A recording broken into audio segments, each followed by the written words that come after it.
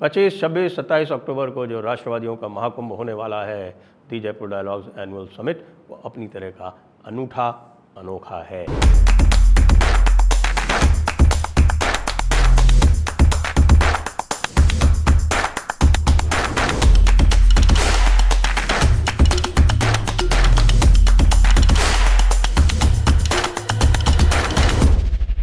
इतने सारे राष्ट्रवादी वक्ता, चिंतक, लेखक और इतनी बड़ी राष्ट्रवादी ऑडियंस आपको एक स्थान पर संभवतः कहीं नहीं मिलेगी। इसलिए आप लोगों के लिए बहुत सारे यूनिक अवसर हैं, अपॉर्चुनिटीज़ हैं। वो क्या क्या हैं? आप सेशन स्पॉन्सर कर सकते हैं, आप ब्रांड प्रमोशन कर सकते हैं। हमारी बहुत सारी स्टॉल्स भी लगेंगे इस बार, क्योंकि इस बार हमने इसको पूरा एक्सपेंड किया है। इसलिए आप लोग रजिस्ट्रेशन कराएं।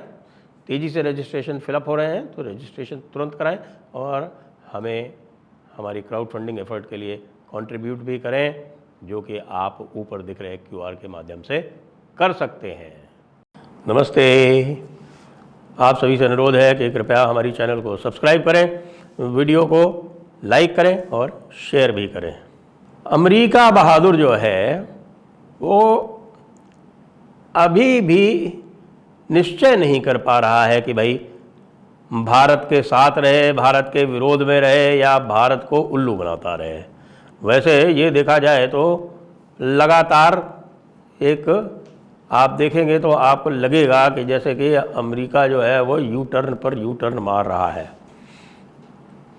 और उसके ये यू टर्न पर यू टर्न मारने के जो कुछ भी आपको दिखते हैं, उसका कारण ये है कि अमेरिका में स्वयं परस्पर अंतर्विरोध है। इसके बारे में हम आपको कई बार बता चुके हैं और जयपुर डायलॉग्स के जो दर्शक हैं वो अब अमेरिका की और जो डीप स्टेट है, डीप स्टेट उसकी जो कारनामे हैं या उसके जो कार्यकलाप हैं, किस तरह से वो काम करता है, वो अब अच्छी तरह से समझने लगे हैं। तो आपको पता है कि वहाँ भी डीप स्टेट में भी दो भाग हैं। हमने कई बार इसके बारे चर्चा की है कि जो स्टेट डिपार्टमेंट है वो सोरोस वाले जो एलिमेंट्स हैं डीप स्टेट के, उनसे गवर्न होता है। सोरोस की धीरे धीरे पावर जो है वो कम हो रही है, लेकिन बहुत सारे लोग ऐसे हैं इसमें, ओमिडियार जैसे जो ईबे चलाता है उसका भी बड़ा कारोबार है। इस तरह के बहुत सारे लोग हैं। जैसे ओमिडियार के तो आपको पता है कि भारत में ऑपरेशन उसने बंद कर लिए, क्योंकि भारत ने उसके जो FCRA के थ्रू जो वो पैसे दिया करता था उसके ऊपर स्ट्रिक्ट रेगुलेशन कर दिया। तो वो एक डीप स्टेट का एक बड़ा जो एक यहाँ फंडिंग का पैटर्न था वो वहाँ से बंद हुआ। दूसरी तरफ सोरोस के जो भी पैसे हैं वो भी, अब सोरोस क्या है कि वो 94-95 का हो गया, कभी भी ऊपर चला जाएगा, उसको भी पता है। और उसको बहुत आशा थी कि वो राहुल गांधी के माध्यम से मोदी को हटा लेगा, लेकिन वो मोदी को हटा नहीं पाया। ये बहुत बड़ी फेलियर रही है। अब यूरोप में भी देख रहे हैं कि अब ऑस्ट्रिया का चुनाव होने वाला है, वहाँ भी राइट विंग नेशनलिस्ट सरकार आने वाली है। राष्ट्रवाद जो है वो यूरोप में बड़ी तेज़ी से फैल रहा है और राष्ट्रवाद जो है वो अमेरिका में भी फैल सकता है यदि ट्रंप वापस आ जाते हैं तो। ऐसी दशा में जो अमेरिका के जो ऑर्गन्स हैं, मुख्यतः जो भारत के साथ जो डील करते हैं, वो है आपके स्टेट डिपार्टमेंट, जो कि एंटी इंडिया है, सब जानते हैं। और वो एंटी इंडिया इसलिए है कि वो जो उसका जो परमानेंट उसकी ब्यूरोक्रेसी है वो उसी कोल्ड वॉर वाले ईरा में जी रही है। अभी भी उसको कोल्ड वॉर ही चारों तरफ दिखाई पड़ता है, अभी भी उसको चारों तरफ रूस ही दिखाई पड़ता है, अभी भी वो सारा का सारा अपना जो है एंटी रशिया के हिसाब से चलती रहती है। और रशिया के ऊपर पूरा कब्जा करने का एक उनका प्लान है। आगे के लिए उनका प्लान यूरोप में ये है कि भाई रशिया को कमज़ोर कर लो, जिससे कि आगे जो आर्टिक सी लेन्स हैं, देखिए बर्फ़ पिघल रही है, ग्लोबल वार्मिंग हो रही है, तो जो आर्टिक सागर है उससे जो सी रूट जाता है उसके खुलने की संभावना बढ़ती जा रही है। ऐसा लगता है कि अगले 8-10 वर्ष में आर्टिक सी लेन्स खुल जाएंगी। उन आर्टिक सी लेन्स को रशिया का लगभग एक तरफ से पूरा जो है वो आर्टिक सी में उसका एक छत्र राज्य है, आर्टिक सी लेन्स के लगभग 70% भाग पर। उससे बहुत व्यथित है अमेरिका, तो इसलिए वो रशिया को कमज़ोर करना चाहता है। रशिया को कमज़ोर करने के लिए उसने यूक्रेन वाला युद्ध कराया, साथ में चाइना से भी वो पंगा ले रखा है। अब अगर चाइना को तुम पहले ये तय कर लो कि तुम सबसे एक साथ नहीं लड़ सकते, रूस और चाइना से एक साथ नहीं लड़ सकते। लेकिन उनका ये प्लान था कि भाई रूस को हम यूक्रेन के माध्यम से फंसाएंगे और चीन को हम भारत के माध्यम से फंसाएंगे। भारत ने उनका टूल बनने से इनकार कर दिया, क्योंकि भारत यूक्रेन तो है नहीं और मोदी येलेंस्की तो है नहीं जो उनके चक्कर में आ जाए। तो अब जो है वो देख रहे हैं कि किस तरह से बांग्लादेश घटना के बाद, क्योंकि बांग्लादेश में उन्होंने सोचा था कि वो बड़ा स्मूथ रहेगा, उनका यूनुस उनका पपेट वहाँ पे बैठ जाएगा तो सब कुछ जैसा वो चाहते हैं वो बांग्लादेश में भारत की घेराबंदी कर सकेंगे, लेकिन बांग्लादेश चला गया केओस में। तो अब जो है वो ये देख रहे हैं कि भाई भारत जो है वो पूरी तरह से कहीं एंटी अमेरिका ना बन जाए। तो आप देखिए कि अभी एक टॉक हुआ जिसमें डिप्टी एनएसए, पहले तो एक बात जानते हैं कि पूर्व अमेरिकन राजदूत भारत में जो थे रिचर्ड वर्मा, वो आए थे, और अब उनके डिप्टी एनएसए जो दिलीप सिंह हैं, जी हाँ, भारतीय मूल के, वो दिलीप सिंह जो हैं वो भी आए थे और ये बैठ के यहाँ पर एक चर्चा कर रहे थे। और उस चर्चा में बताते हैं कि भाई पूरे समय जब भी उन्होंने जितनी भी बात की उसमें कहीं रूस या रशिया जिसको कहते हैं उसका कहीं नाम भी नहीं लिया। तो ये क्या इंडिकेट करता है? ये इंडिकेट यह करता है कि भाई इनकी जो स्थिति है वो सांप छछूंदर वाली है कि भाई क्या करें, भारत को छोड़ भी नहीं सकते और भारत को गले लगाने में भी बड़ी समस्या है। तो भारत भी यही कह रहा है उनसे, अमेरिका से, कि भाई देखो हमारे तुम पीछे ना पड़ो, क्योंकि समस्या ये है अमेरिका की कि अमेरिका जो है वो पूरे विश्व को अपने ही नज़रिए से देखता है और उसका नज़रिया ये है कि पूरा विश्व जो है वो 3 प्रकार के देशों से बनता है। वो 3 प्रकार के देश क्या हैं? नंबर 1 क्लाइंट स्टेट, जो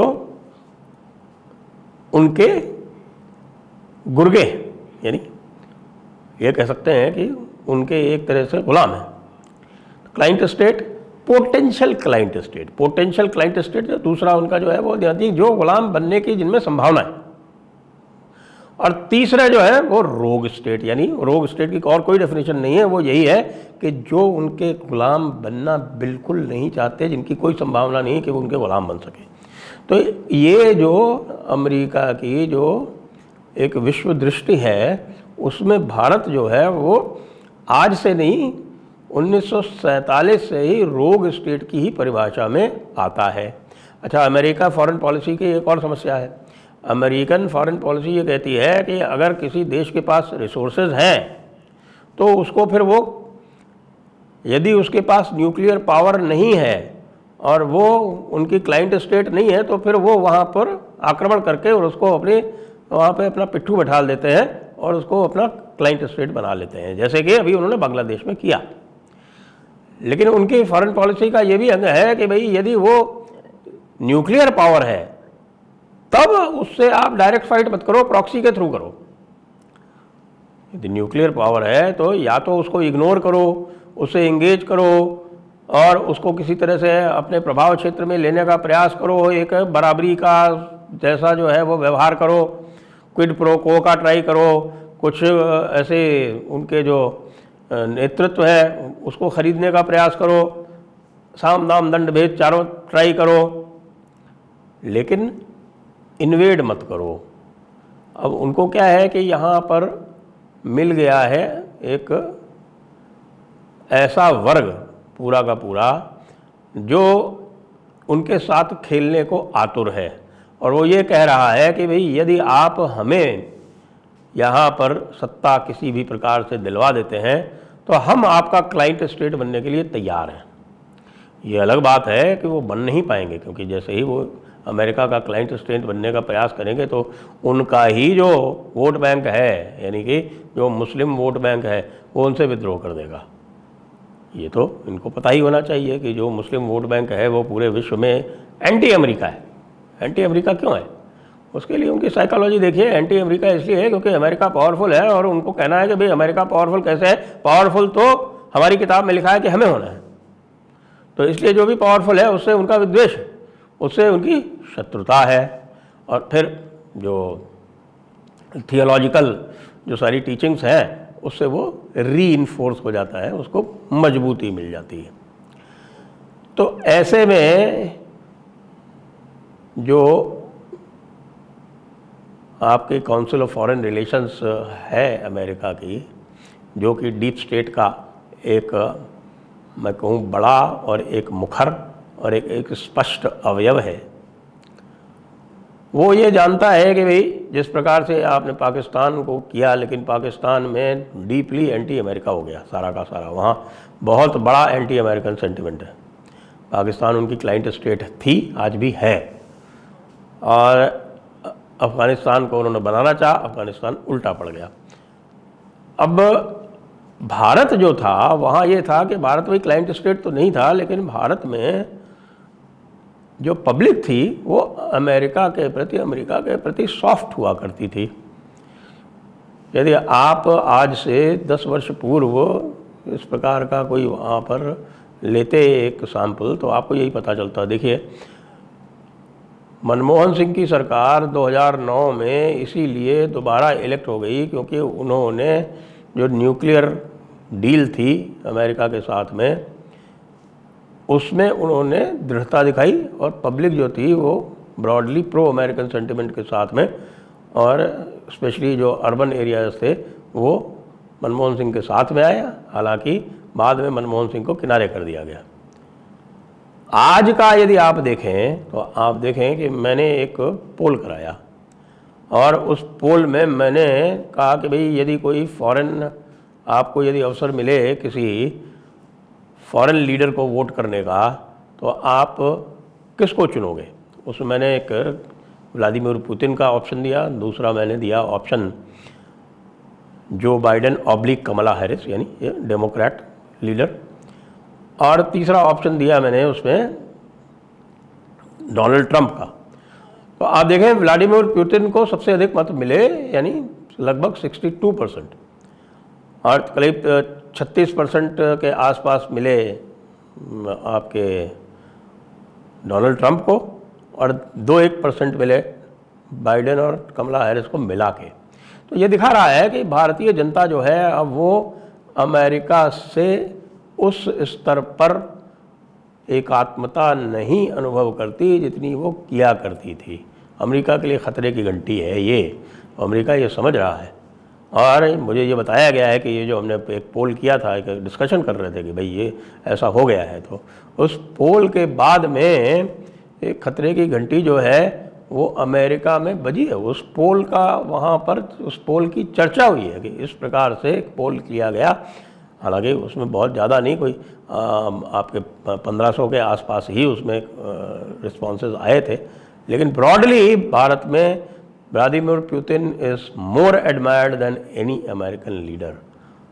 इसी कारण अमेरिका जो है फूंक फूंक के कदम रख रहा है, और आप रोज़ाना देखते हैं कि कभी हॉट, कभी कोल्ड, कभी गुड कॉप, कभी बैड कॉप। जय हिंद, जय भारत, वंदे मातरम।